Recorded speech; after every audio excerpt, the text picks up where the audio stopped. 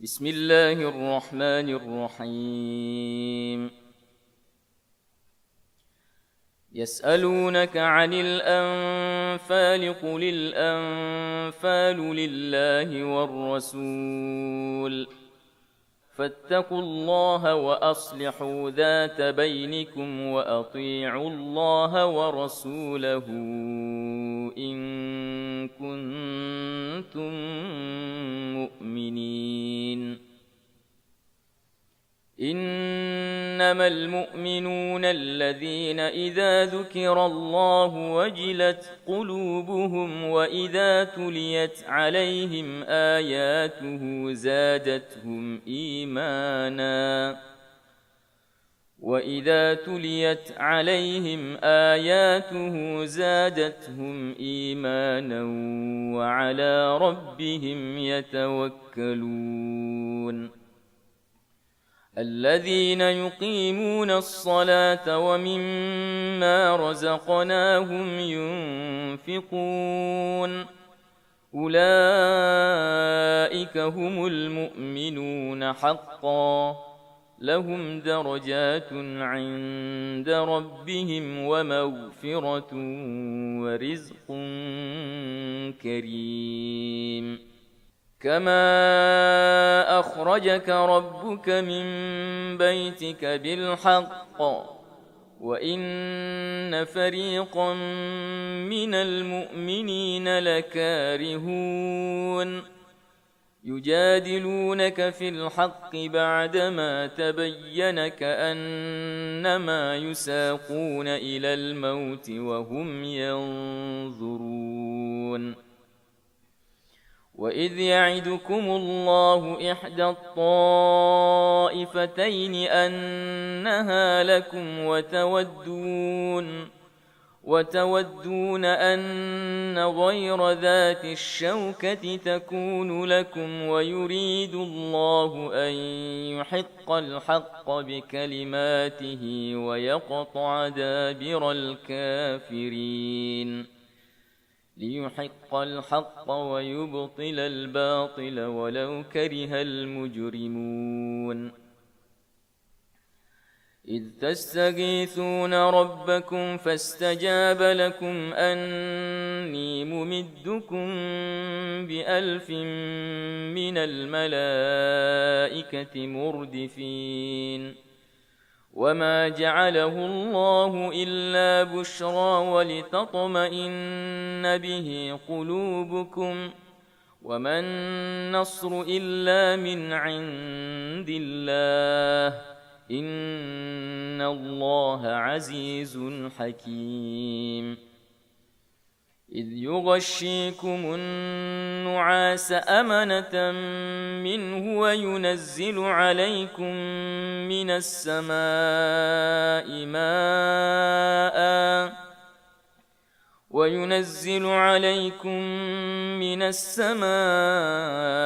ماء ليطهركم به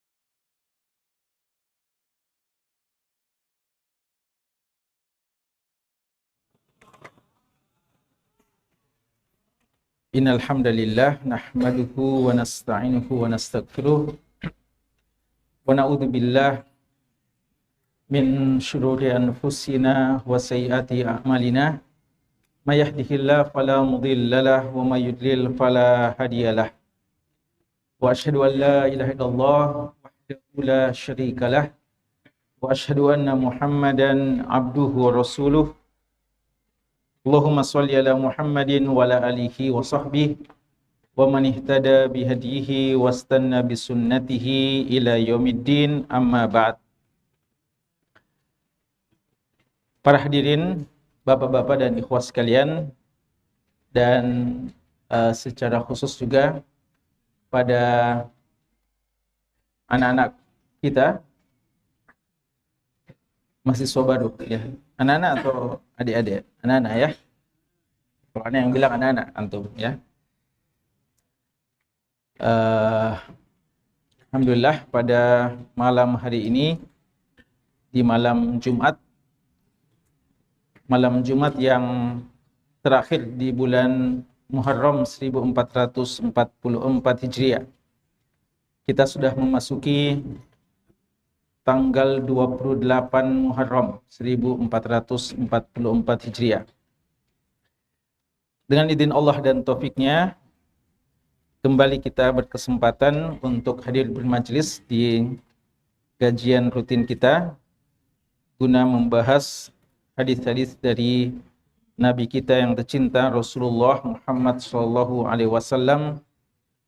Hadis-hadis beliau yang sahih, yang memiliki derajat kesahihan yang paling tinggi, yang diriwayatkan secara bersama oleh Imam Bukhari dan Imam Muslim rahimahumallahu ta'ala jami'an, yang dikumpulkan oleh Syekh Muhammad Fuad Abdul Baqi rahimallah dalam buku yang beliau beri judul dengan Al-Lu'lu' wal Marjan fima ittafaqa alaihi asy-syaykhan.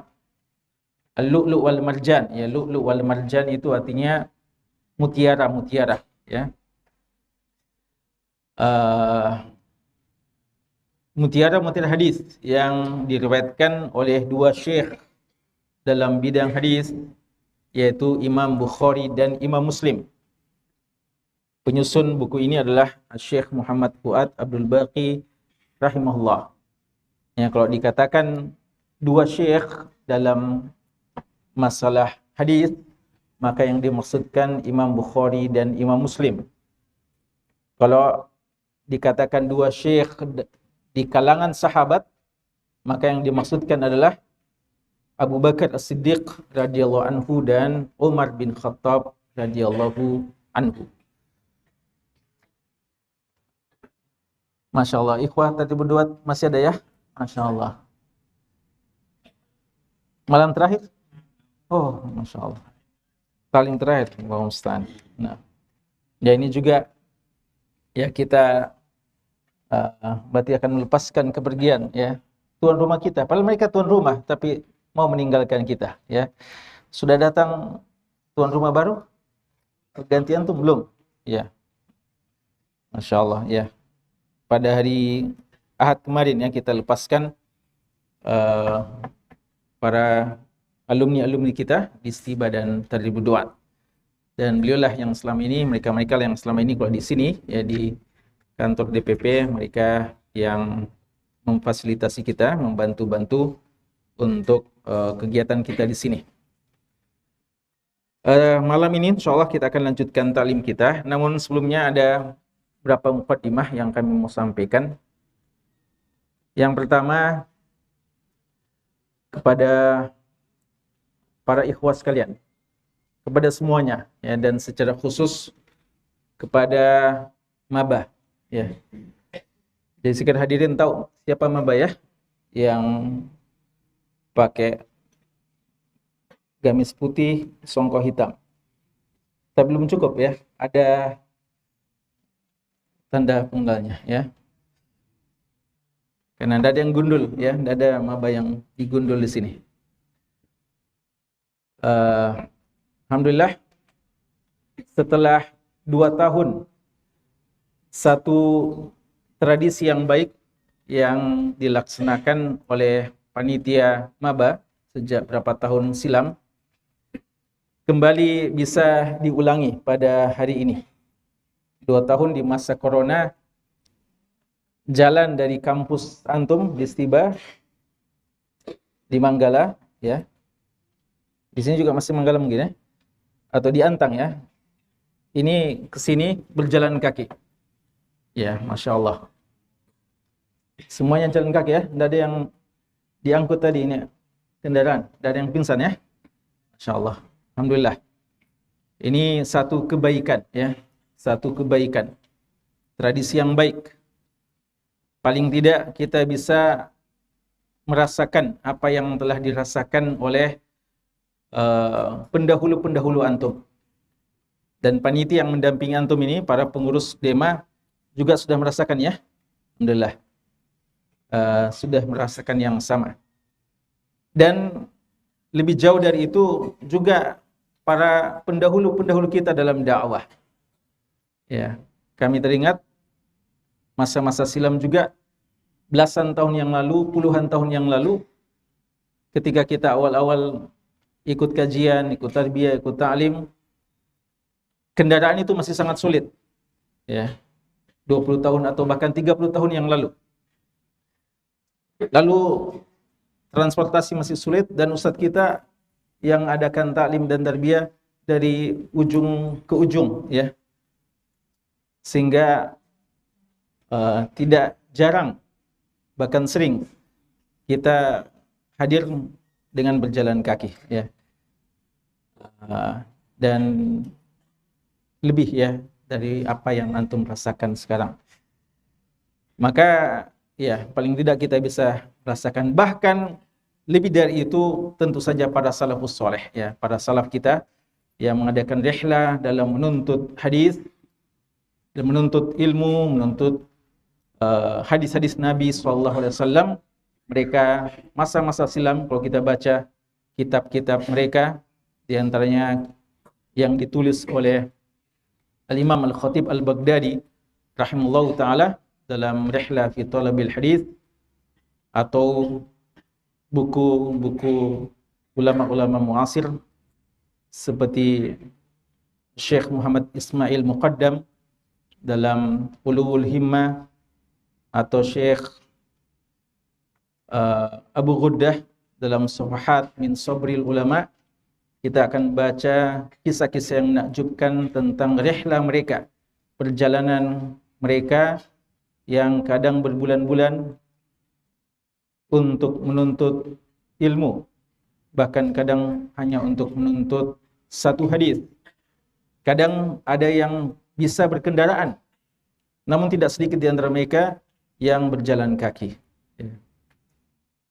Imam Bukhari, ya, yang kita baca hadis-hadisnya ini adalah salah satu teladan, contoh yang sangat mengagumkan dalam masalah ini, ya. Beliau seorang yang datang dari Soviet, Rusia, lalu ke Mekah untuk haji sejak usia 16 tahun, dan setelah itu beliau memulai petualangan beliau dalam menuntut ilmu. Ya, maka apa yang kita lakukan ini, paling tidak kita sudah bisa merasakan sedikit dari apa yang telah dicontohkan dan dirasakan oleh para pendahulu-pendahulu kita yang soleh, yang merupakan panutan kita dalam beragama ini. Dan yang kedua, kedatangan antum di sini untuk antum lebih kenal juga salah satu markas kita, ya. Sudah belajar selayang pandang Wahid Islamiyah? Sudah ada materi? Iya. Ada kantor pusat. Tahu kantor pusatnya? Ini dia, ya, tempatnya. Dan kalau bicara tentang sejarah Stiba, ini adalah kampus kedua Stiba, ya. Jadi Stiba itu dulu sangat terbatas fasilitas kita. Kampus kita yang pertama di Masjid Wahdatul Ummah. Sudah pernah ke sana? Belum ada yang seru?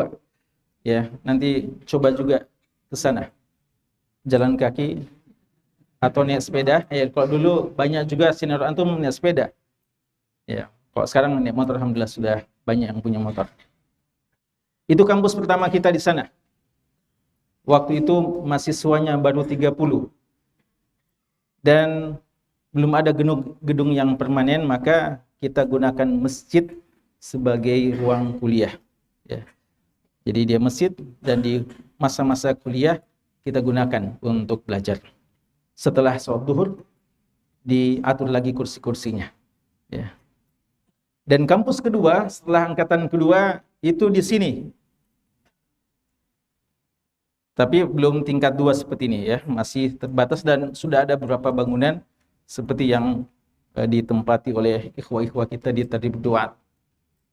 Kami masih ingat di antara mahasiswa-mahasiswa kami dulu yang angkatan-angkatan kedua, yang sempat tinggal di sini, belajar di sini adalah seperti Ustadz Kasman Bakri.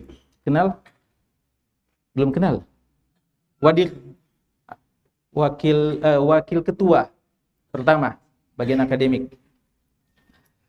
Ustadz Sirajuddin Qasim, ya, beliau juga pernah merasakan kuliah di sini, di kampus ini, ya, artinya di lokasi ini, wilayah ini.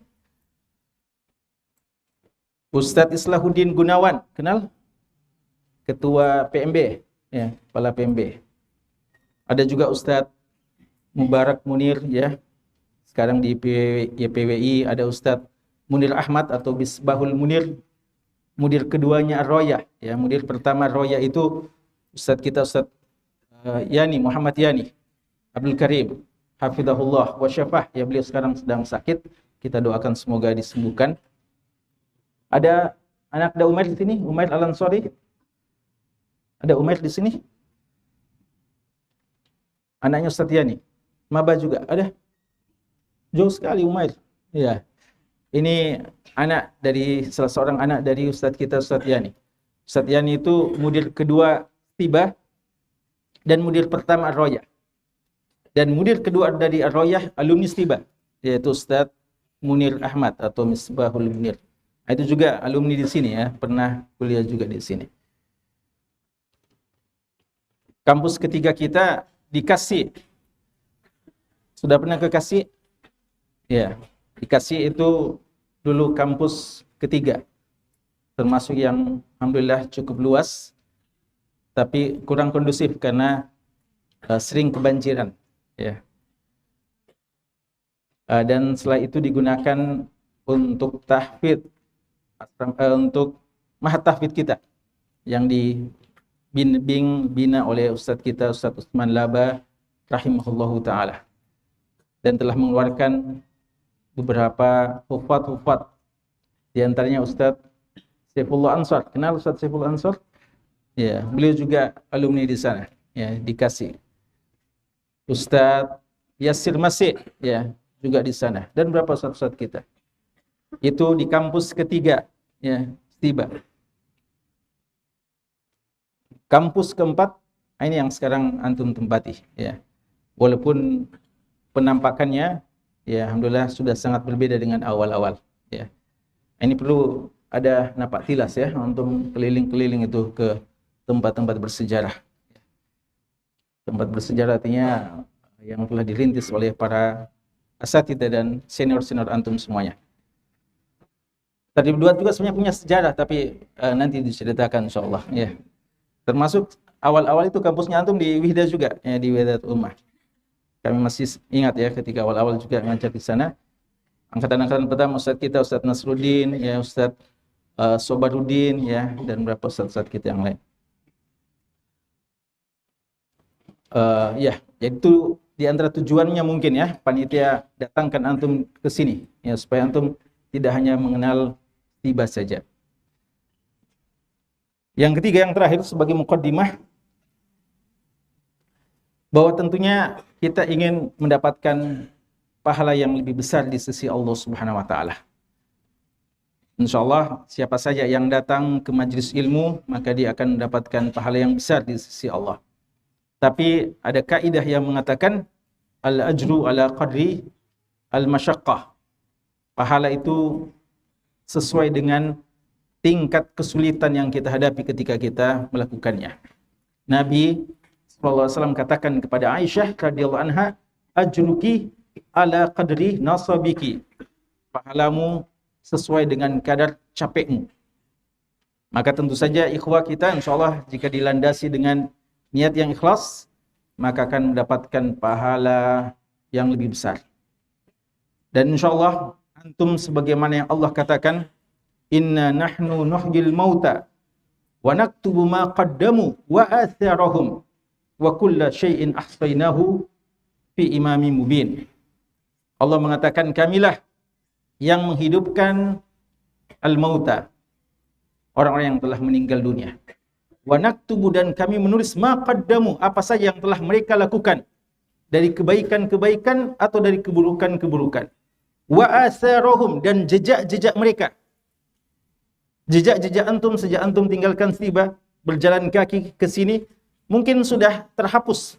Tapi di sisi Allah tidak terhapus. Ya, Allah akan catat itu. Malaikat Allah akan mencatat dengan baik asar-asar antum yang antum telah lewati. Saksi-saksi yang menjadi pemberat kebaikan bagi antum. Wa kullu syai' ahsaynahu fi imamin mubin. Dan segala sesuatu kata Allah kami telah tulis, telah hitung di Lauh Mahfuz, Imam Mubin. Dan itu insyaallah akan bersaksi. Allah mengatakan yauma idin tuhaddisu akhbaraha. Nanti di hari kiamat bumi ketika sudah digoncangkan, idza zulzilatil ardu zilzalaha, ketika sudah digoncangkan, sudah hari kiamat, maka bumi ini akan tuhaddisu, menceritakan, menginformasikan, mengabarkan apa saja yang dilakukan hamba-hamba selama menginjakkan kakinya di bumi.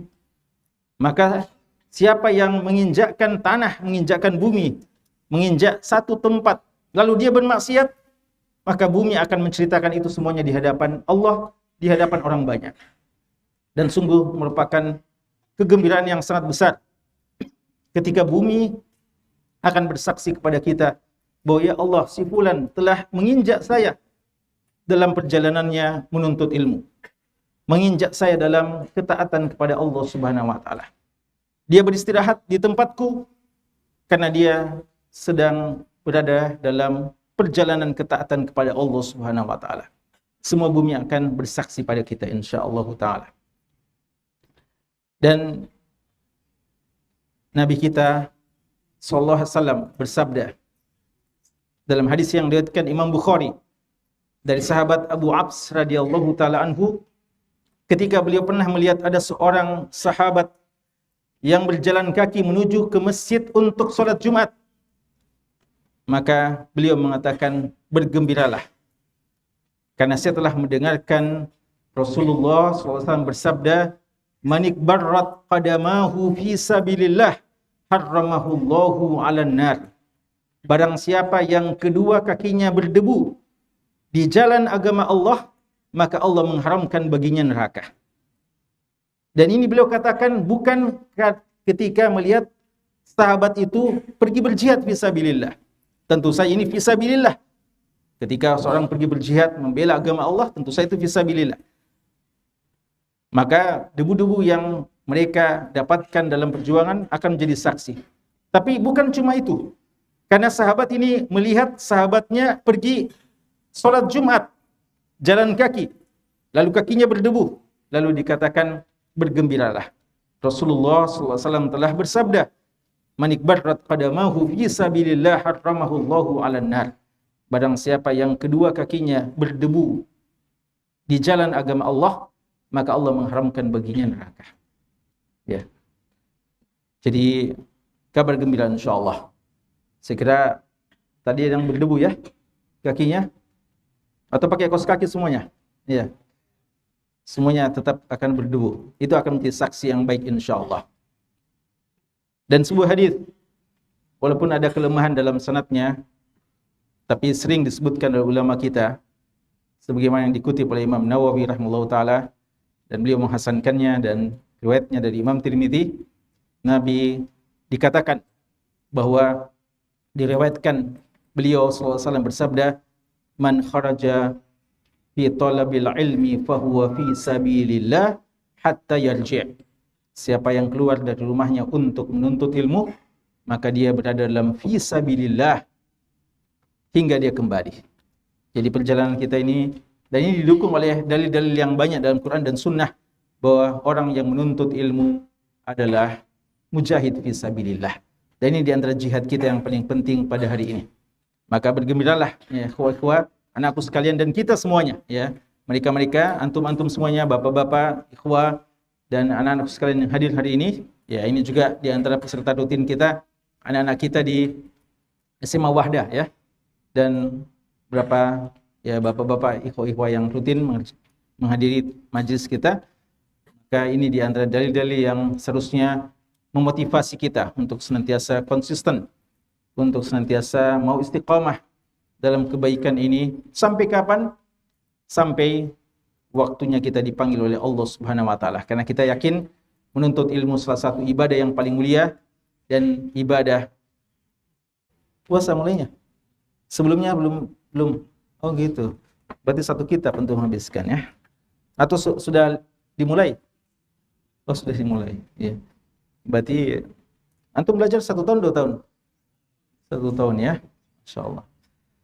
Berarti satu kitab tidak cukup 1 tahun ya. Atau lebih dari 1 tahun ya berarti. Baik, barakallahu fikum. Bab al-ijtihad fil ashr al-awakhir min syahri Ramadan. Bab tentang al-ijtihad, bersungguh-sungguh, bermujahadah. Fil ashr al-awakhir, di 10 malam terakhir, min syahri Ramadan, di bulan suci Ramadan. Ini bagian yang paling akhir dari rangkaian hadis-hadis yang membahas tentang beberapa hukum-hukum terkait dengan puasa. Satu hadis saja yang disebutkan dalam bab ini, yaitu hadis yang ke-730. Hadisu Aisyah radhiyallahu taala anha. Hadis dari Aisyah radhiyallahu taala anha, qalat, beliau berkata,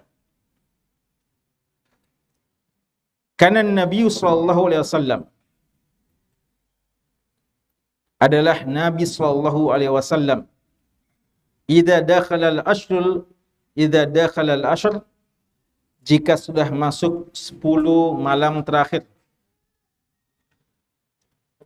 syadda mi'zarahu, beliau kencangkan kain sarungnya, wa ahya lailahu, dan beliau hidupkan malamnya, wa aiqadha ahlahu, dan beliau bangunkan keluarganya.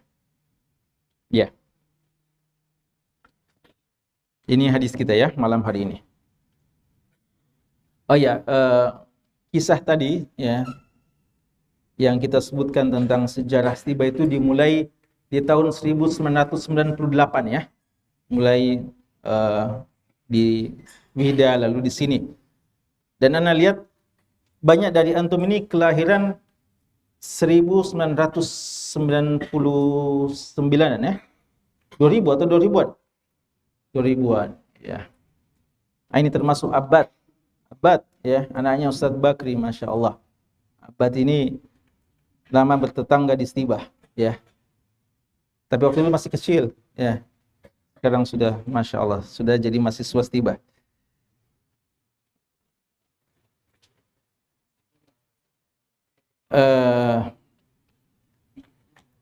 Hadis ini jamaah sekalian menjelaskan tentang bagaimana sikap dan perlakuan Nabi kita sallallahu alaihi wasallam ketika datang bulan suci Ramadan. Dan lebih khusus lagi ketika Ramadan sudah hampir mencapai bagian paling akhirnya.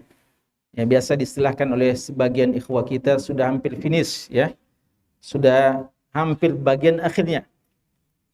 Sudah hampir untuk diketahui siapa yang masuk finalnya ya. Siapa finalis Ramadannya. Ramadan panjang ya. 30 atau 29 hari. Maka kalau dia mau diibaratkan dengan perlombaan lari, dia bukan perlombaan sprint ya. Bukan juga estafet ya, karena tidak boleh dilanjutkan oleh orang lain. Tapi dia lebih dekat kepada maraton. Panjang ya, perlu untuk kita mengatur stamina dan nafas dengan sebaik-baiknya. Kita mulai dengan permulaan yang sudah sangat baik. Ya, kalau kita juga terlambat startnya, maka sulit sampai ke finish dengan prestasi yang baik. Maka kita mulai dengan start yang baik, lalu ketika sudah makin mendekat, makin semangat, dan penentuannya pada bagian paling akhirnya.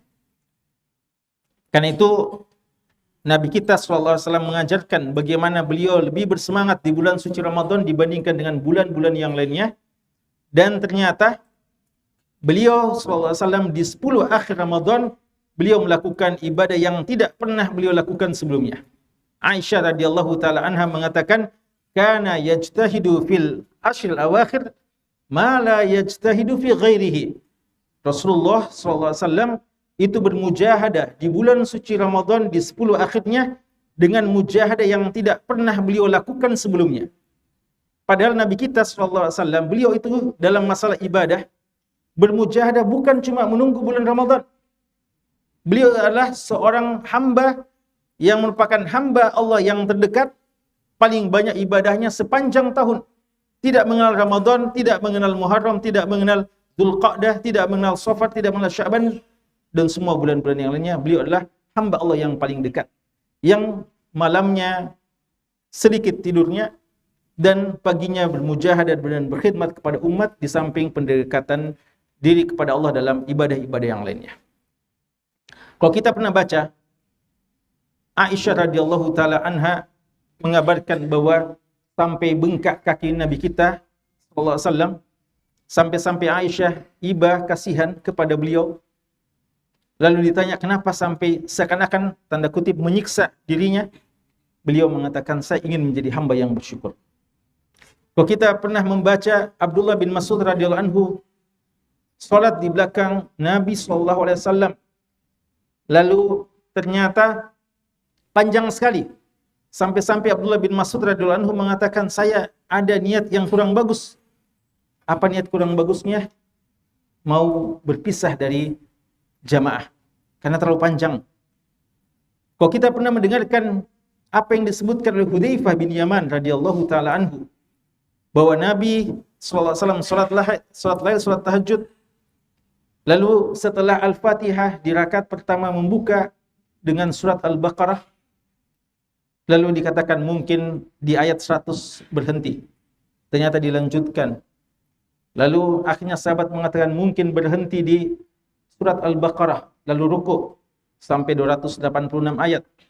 Ternyata selesai Al-Baqarah 2 juz lebih itu, lanjut lagi dengan surat An-Nisa 176 ayat.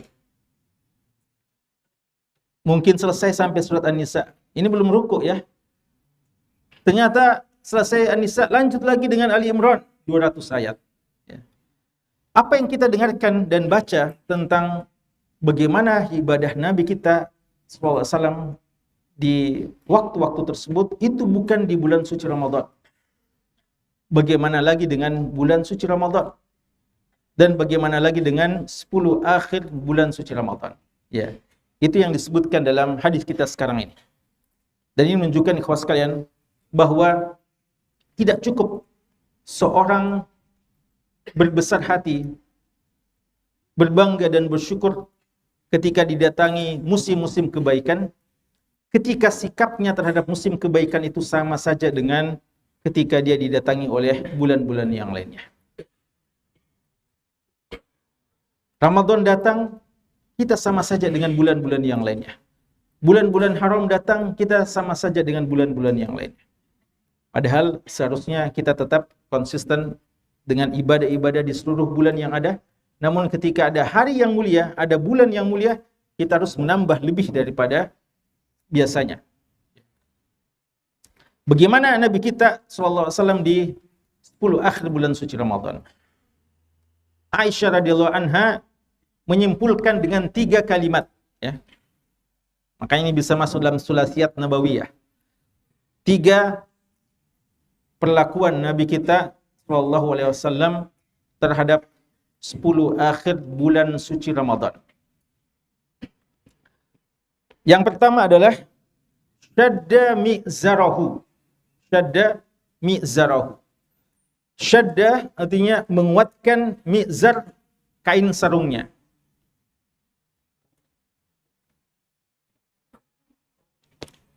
Apa maksudnya syadda mi'zarahu?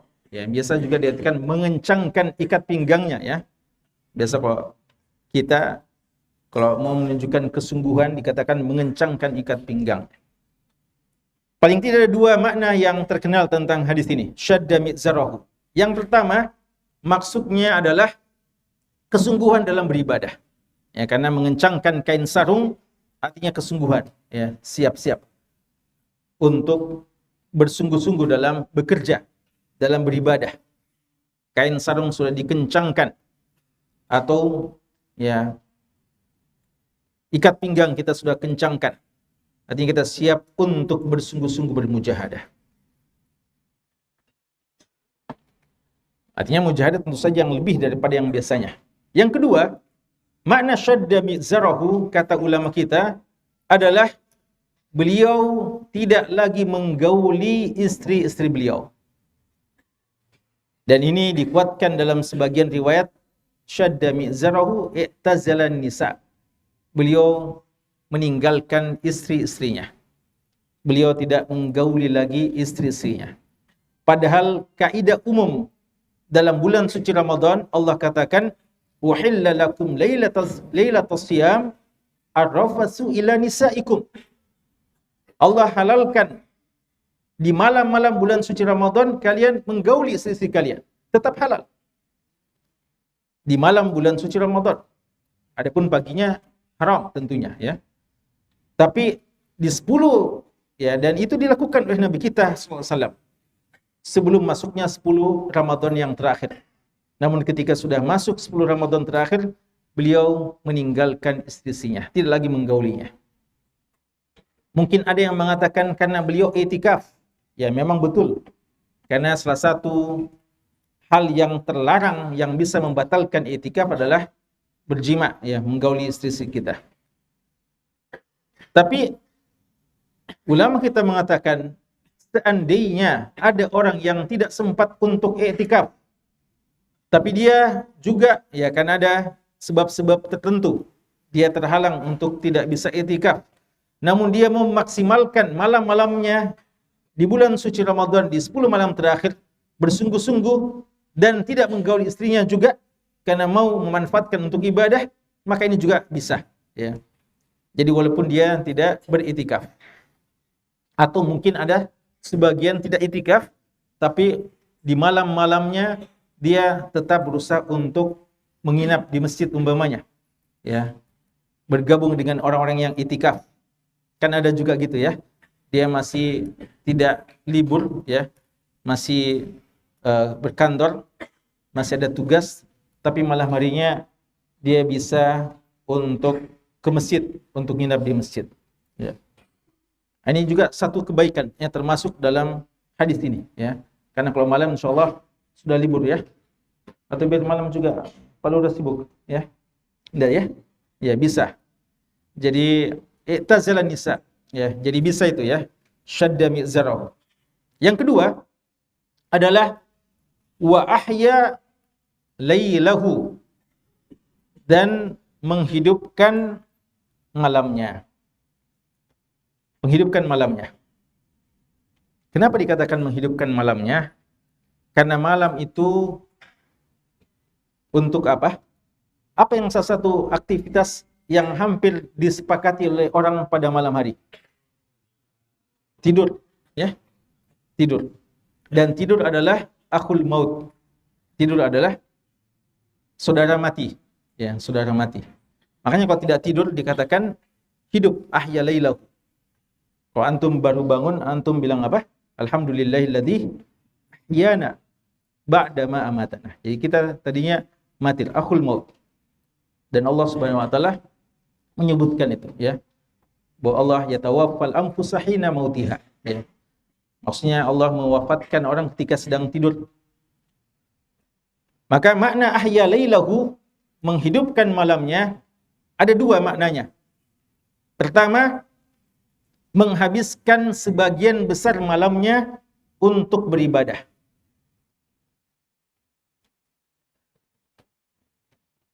Dan makna kedua adalah memang tidak tidur sama sekali. Malamnya dihidupkan, artinya malam bagikan siang. Tidak tidur sama sekali. Dan Imam Nawawi rahimahullah ta'ala mengatakan ini yang mungkin, ya. Karena kalau sekedar memaksimalkan malamnya untuk banyak beribadah, ini biasa dilakukan oleh Nabi kita Sallallahu Alaihi Wasallam di luar bulan suci Ramadan. Tapi karena ini ada hal yang lebih daripada biasanya, maka tidak menutup kemungkinan jika makna dari ahya lailahu memang beliau tidak tidur sama sekali, beliau beribadah kepada Allah Subhanahu wa taala. Kan ini adalah fursah, ya, waktu yang tidak akan terulang. Cuma 10 malam dalam setahun, cuma 10 malam dalam setahun. Dan kita mengejar Lailatul Qadar. Karena sangat keterlaluan, ya, jika ada orang yang 10 malam terakhirnya tidurnya jauh lebih banyak daripada malam-malam sebelumnya. Waliyadzubillah. Jadi paling tidak antum, kita mesti menjadikan 10 malam terakhir lebih sedikit tidur kita daripada malam-malam yang biasanya. Tapi maksudnya tentu saja untuk ibadah, ya, untuk ibadah. Dan yang terakhir adalah wa aiqadha ahlahu. Beliau membangunkan ahlahu. Ahlahu maksudnya istri beliau dan anak-anak beliau, ya, istri-istri beliau dan anak beliau. Ahl itu artinya istri, ya. Bisa juga bermakna keluarga secara umum. Bisa juga bermakna keluarga secara umum. Kawan sekalian, biasanya Nabi kita SAW beliau bangun malam dan membiarkan sebagian istrinya tetap istirahat, ya. Makanya Aisyah radhiyallahu anha biasa menceritakan ketika beliau masih nyenyak tidur dan masih senang bersama dengan Nabi SAW, Nabi SAW minta izin untuk bangun. Ya. Ini suami istri sudah bersama-sama, ya, di malam hari. Tapi Nabi kita SAW tidak mau terlelap tidur terus dan sekedar bersenang-senang dengan istri beliau. Beliau juga punya kesenangan yang lain, yaitu beribadah kepada Allah di malam hari. Makanya beliau minta izin kepada istrinya. Aisyah kadang mengatakan, "Ya Rasulullah, uhibbu qurbak." Ya Rasulullah, saya masih senang dekat-dekat dengan engkau. Tapi beliau bilang, sudah selesai waktunya, saya sekarang akan bangun. Maka beliau kadang membiarkan istri beliau tetap tidur, lalu beliau yang bangun. Dan kadang beliau bangunkan istrinya ketika sudah mau masuk waktu subuh untuk sholat witir minimal, ya. Jadi kadang, ya, beliau bangunkan nanti menjelang untuk sholat witir. Atau kadang beliau juga menyuruh bangun istri-istrinya ketika terjadi sesuatu, ya, seperti dalam hadis Ummu Salamah, ketika beliau suatu malam tertidur lalu terbangun dan melihat fitnah yang akan dekat terjadi pada umat ini. Lalu beliau mengatakan, aikizu sawahib al-hujar. Bangunkan semua yang ada di kamar-kamar, ya.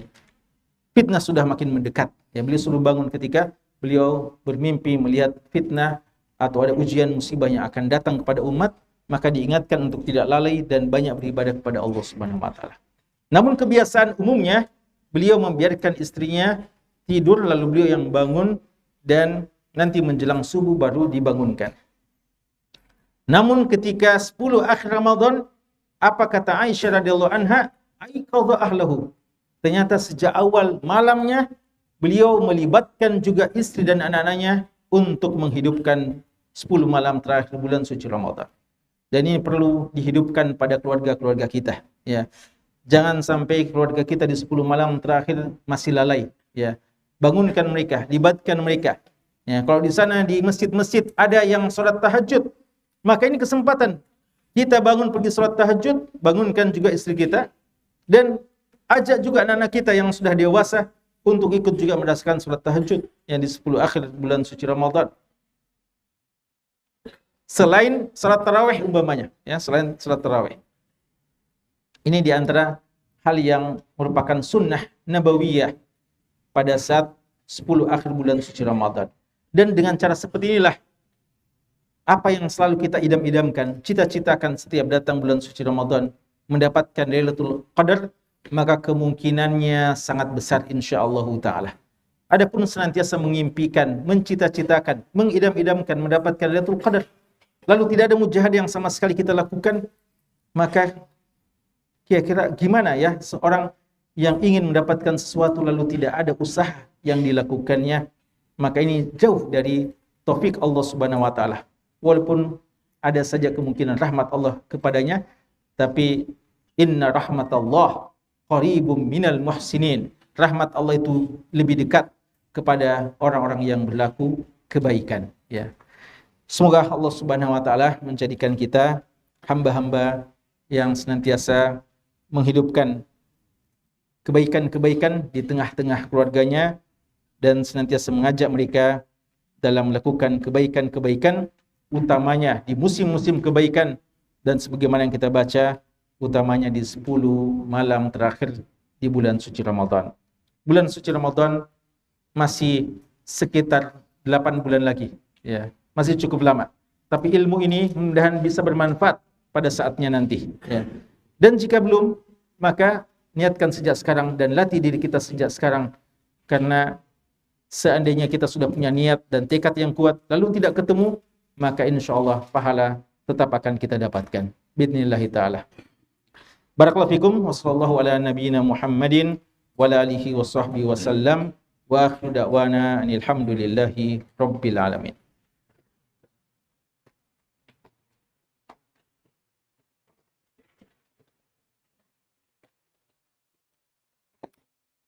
Persembahan Wahda TV, penataran nasional seputar Ramadan 1443.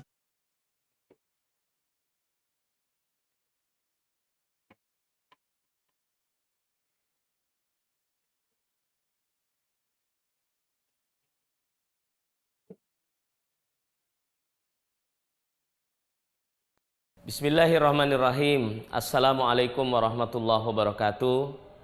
Alhamdulillah, salatu wassalamu ala rasulillah ma ba'd. Kaum muslimin yang dimuliakan oleh Allah Subhanahu wa taala dimanapun berada, zakat adalah merupakan kewajiban bagi mereka yang telah memenuhi nisab dan haul dari harta yang dimiliki. Di Ramadan ini, selain zakat fitri, maka sangat dianjurkan bagi kita yang telah memenuhi kriteria dan sampai kepada nisab dan haul untuk menunaikan zakat mal kita. Ingat, zakat mal kita sangat bermanfaat bagi kehidupan kita di dunia dan di akhirat. Zakat akan menjadi asbab keberkahan bagi kehidupan kita dan harta kita, dan di akhirat berpahala dengan pahala yang besar. Maka dari itu, Bapak Ibu, saudara-saudari yang dimuliakan oleh Allah, saya Syaibani Mujiono, Sekjen DPP Wahda Islamiyah, mengajak kepada seluruh kaum muslimin, muslimat, ikhwan dan akhwat dimanapun berada untuk menunaikan zakat fitri dan zakat malnya. Dan untuk zakat mal bisa disalurkan lewat Wahdah Inspirasi Zakat yang merupakan lembaga zakat nasional yang telah mendapatkan izin resmi dari Departemen Agama atau Kementerian Agama dan juga dari Basnas. Semoga Bapak Ibu bersama Wahdah Inspirasi Zakat bisa bekerja sama menunaikan kewajiban yang tentunya kita semua berharap mendapatkan balasan yang terbaik di sisi Allah Subhanahu wa taala. Wassalamualaikum warahmatullahi wabarakatuh.